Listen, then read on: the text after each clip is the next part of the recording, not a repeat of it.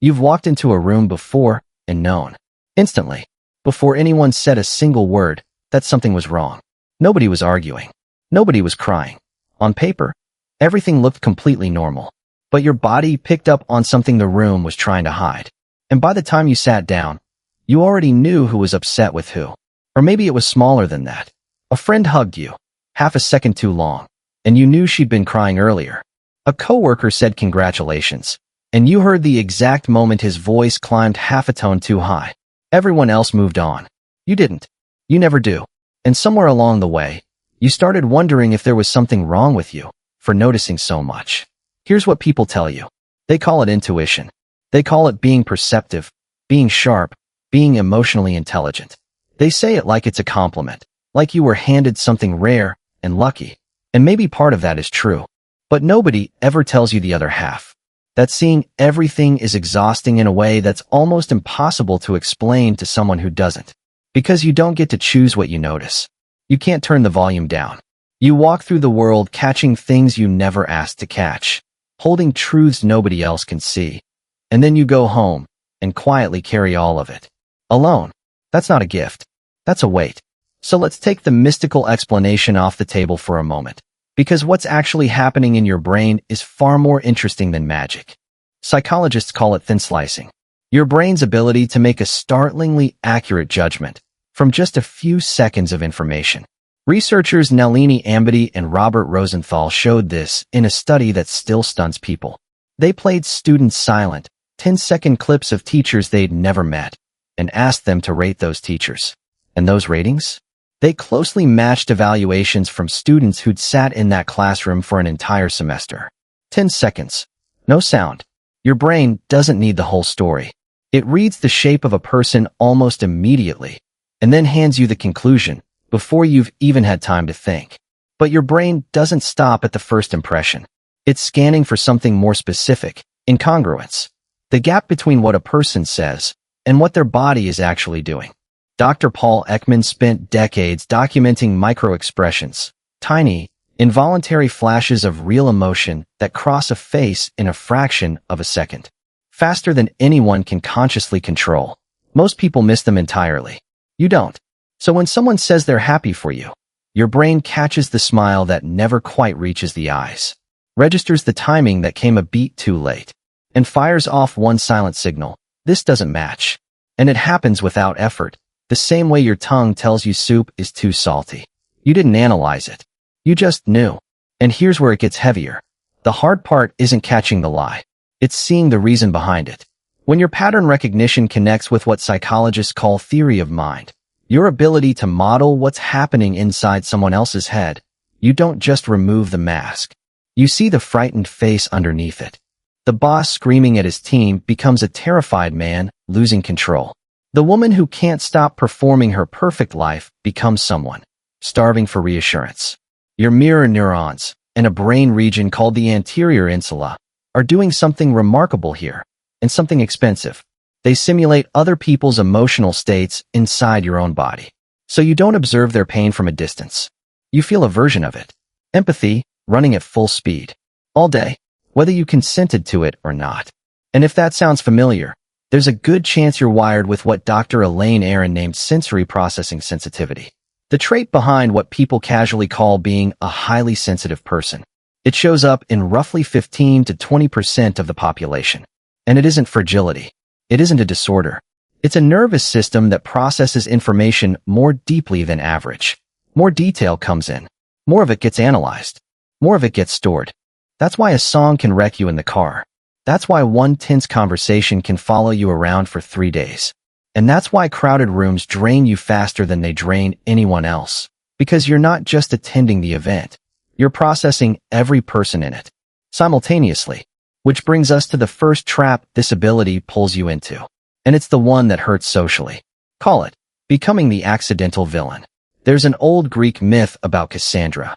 Given the power to see the future, along with a curse that guaranteed no one would ever believe her. She saw the disaster coming. She warned everyone. And they decided she was unstable. That's the position you keep finding yourself in. Because here's the uncomfortable truth about human society. It runs on small, agreed-upon fictions. Masks keep offices functional. Masks keep families peaceful. Everyone signs that contract, quietly. And then you walk in without the sunglasses, carrying a spotlight, aiming it straight at the corners everyone worked so hard to keep dark. You've lived this. You meet someone, and within 15 minutes, your radar has mapped his entire psychological structure. The confidence reads as overcompensation. His eyes keep checking your reaction after every story, which means he isn't talking to you. He's performing at you. The rushed intensity feels less like romance and more like a script he's run before. So you tell your friend, something feels off.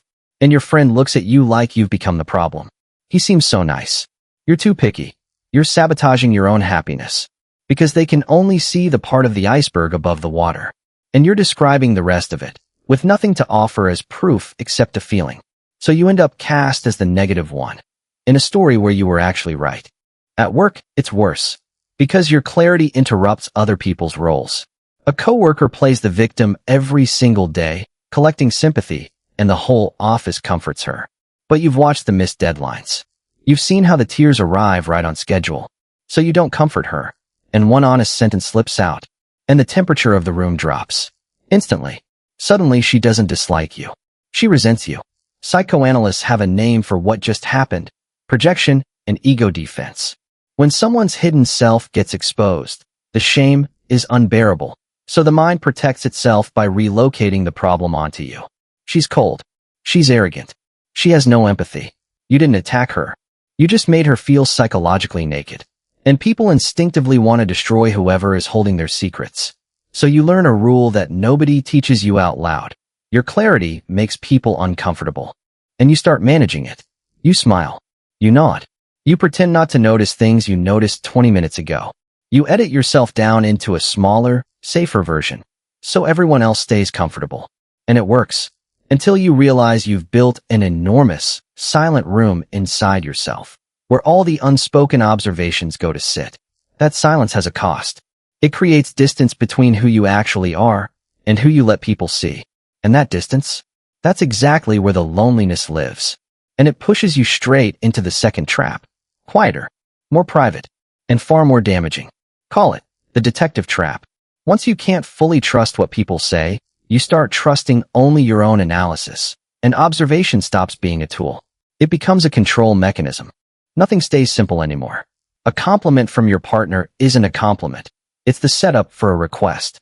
A gift isn't affection, it's guilt. A reply that took 30 minutes isn't traffic. It's the first crack in the foundation. And there's a well-documented thinking error running underneath all of it: confirmation bias. Once your brain decides someone is hiding something, it filters every new piece of evidence to support that belief and quietly discards everything that contradicts it. So he comes home tired, and you read it as, he's losing interest. You're not being paranoid. You're being thorough about the wrong thing. And the reason you do it is heartbreaking when you say it out loud. You're trying to never be blindsided again. If you can predict the betrayal, maybe it won't hurt when it lands. Your sensitivity turns into armor. But armor doesn't filter. It blocks everything, including the good. You can hear the cracks forming in the building before anyone else, which keeps you safe. But it also means you can't enjoy the music anymore, because every sound gets processed as a threat. And that's the third trap arriving too, becoming an emotional dumping ground. You attend your friend's wedding. You catch the groom's glance drifting. You notice the bride's smile straining at the edges. And you feel the whole thing sitting on sand. And then you raise your glass and wish them a lifetime of happiness anyway. That's a very specific kind of loneliness.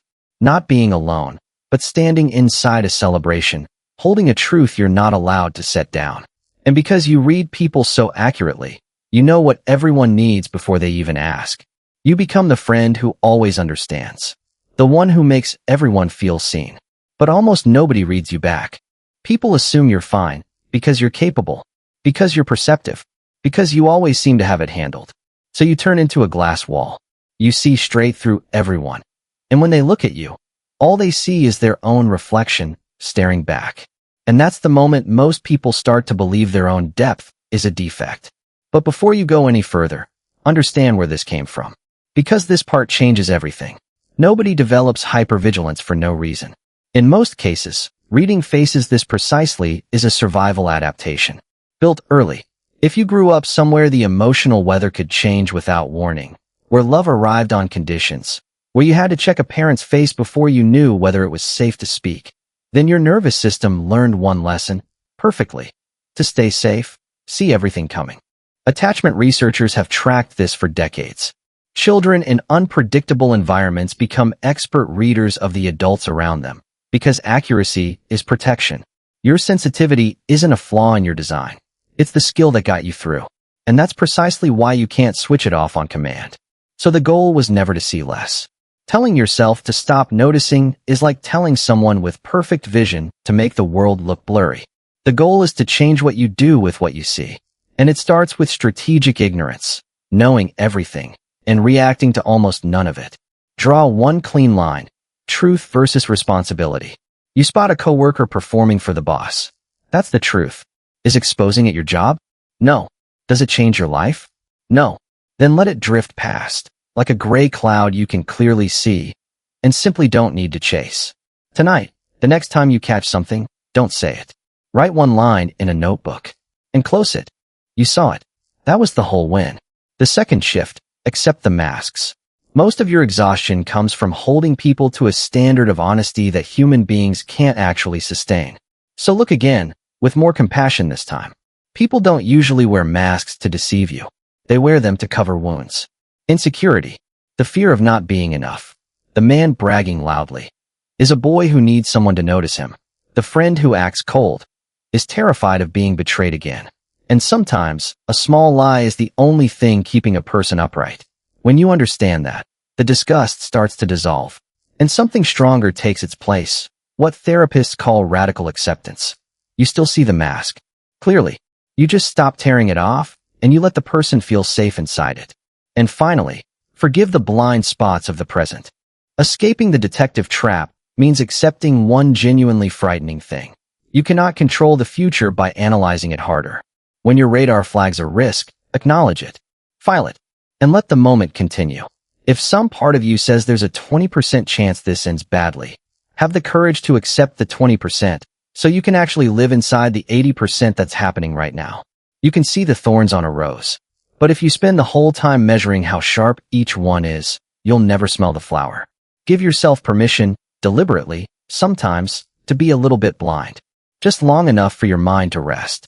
Because when you finally stop treating your perception as a weapon, it doesn't disappear. It matures.